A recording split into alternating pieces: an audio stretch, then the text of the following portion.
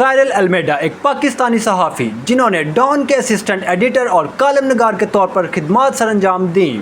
کراچی میں پیدا اور پرورش پانے والے المیڈا نے لم سے BA کیا اور آکسفورڈ میں روڈ اسکالر کے طور پر فقہ کا مطالعہ کیا۔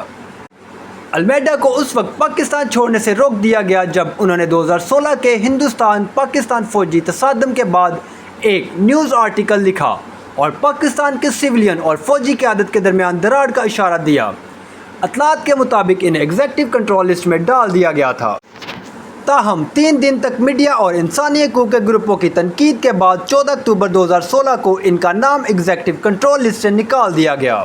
المیڈا کا تعلق پاکستانی کرسچن کمیونٹی سے ہے۔ اطلاعات کے مطابق اس نے پہلی بار 2012 میں ایک آرٹس اور ادبی میلے میں شرکت کے لیے گوا بھارت کا دورہ کیا اور پھر اس کے بعد 2 مزید دورے کیے تھے۔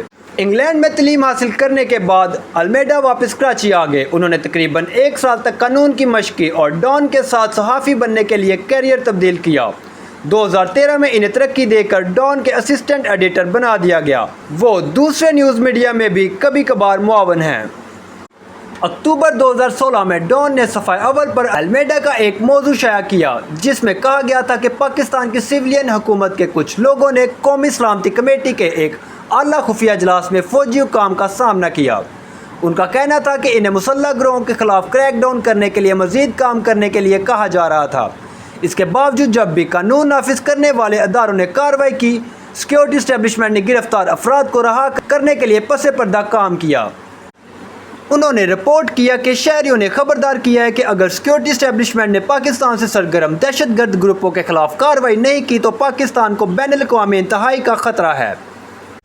خبر کے شائع ہونے والے مضمون کے بعد وزیر اعظم پاکستان نواز شریف اور وزیر اعلیٰ پنجاب شہباز شریف کے دونوں دفاتر نے مضمون میں چھپے واقعات کی تردید کی اور اسے من گڑت کہانی قرار دیا۔ پاکستان کے chief of army staff Raheel Sharif نے قومی اور علاقائی سلامتی کے معاملات پر بات کرنے کے لیے ان سے ملاقات کے بعد نواز شریف نے حکام کو حکم دیا کہ وہ فوج اور ISPR کے بارے میں من گڑت کہانی کو شائع کرنے کے ذمہ داروں کے خلاف کارروائی کریں۔